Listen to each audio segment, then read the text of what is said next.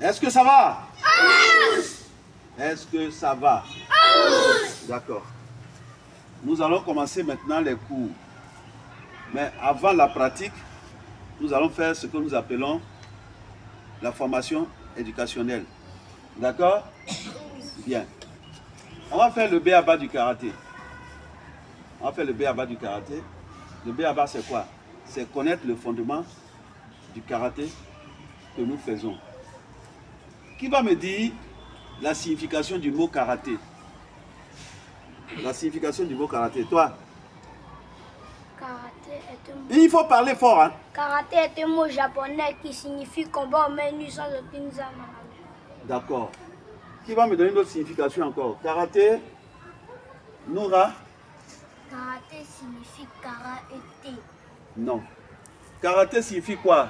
Karaté est un mot japonais qui signifie combat aux mains nues. On revient sur Noura. Que signifie karaté? Karaté est un mot japonais qui signifie combat aux mains nues. À chaque fois qu'on te pose une question, il faut bien comprendre la question avant de trouver la réponse.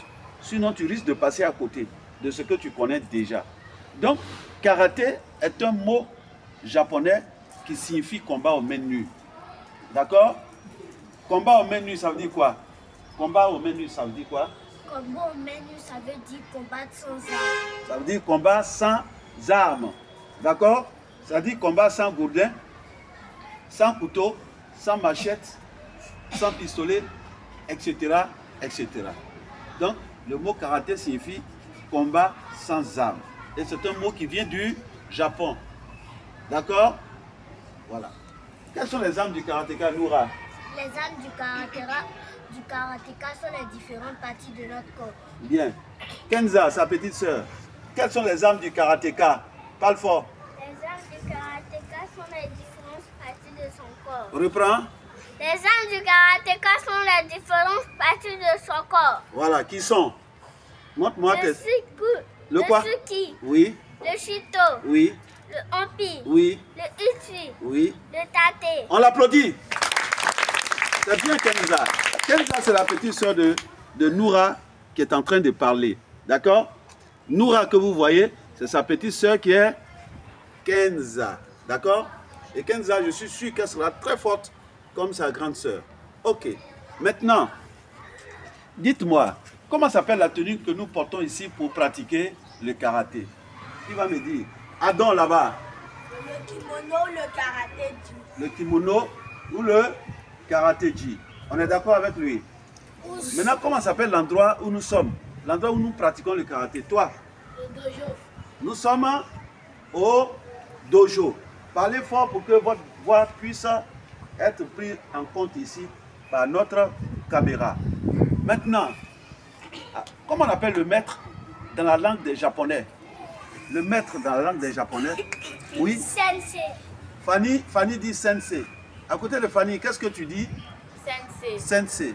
Donc, oui, oui. Sensei. Leïla, ça veut dire sensei. Leïla dit que le maître dans la langue japonaise, c'est sensei. D'accord. Maintenant, pourquoi notre tenue a la couleur blanche selon vous? Pourquoi nous portons la tenue blanche que nous avons? Oui, qui va me dire la signification de la tenue blanche que nous portons? Là-bas. Parce que le blanc signifie la pureté. Est-ce que tu as levé la voix? Je ne t'ai pas entendu. Parce que le blanc signifie la pureté. Parce que le blanc signifie la pureté. D'accord? Leïla dit que parce que le blanc signifie la pureté. Qu'est-ce qu'on appelle être pur? Un karatéka qui est pur. Oui, toi, Leïla. Puis dans la tête. Oui. Puis dans tout ce qu'il fait. Pur dans la tête, pur dans ce qu'il fait. Qui va me donner une autre explication encore? Pur dans ce qu'il fait, c'est-à-dire, c'est trop, oui, oui, Adon. Puis dans le palais. Pur dans le palais.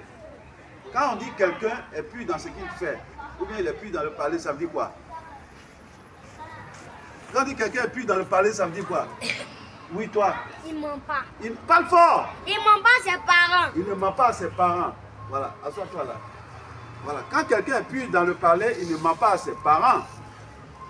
Qu'est-ce que le bon karatéka ne doit pas faire aussi selon vous? Qu'est-ce que le bon karatéka ne doit pas faire? Toi, Il ne doit pas boire l'alcool. parle fort. Il ne doit pas boire l'alcool. Il ne doit pas boire l'alcool. Il ne doit pas fumer Il ne doit pas fumer quoi? la cigarette. Oui. Il ne doit pas tricher. Oui. Il ne doit pas mentir. Merci. On l'applaudit. Ouais, Samuel, qu'est-ce que le bon karatéka ne doit pas faire? Il ne doit pas faire les bords d'enjaillement. Il ne doit pas faire les bords d'enjaillement. Vous savez ce qu'on appelle les bords d'enjaillement? Peut-être que vous n'avez pas connu ce qu'on appelle les bords d'enjaillement. Les bords d'enjaillement, c'est un jeu que les enfants faisaient par le passé en Côte d'Ivoire. C'est-à-dire qu'ils montaient sur les bus. Pendant que le bus est en train de circuler, lui, il a arrêté là-dessus. Et c'était des risques qu'il prenait. Peut-être que vous, à votre époque, ça a disparu. Sinon, par le passé,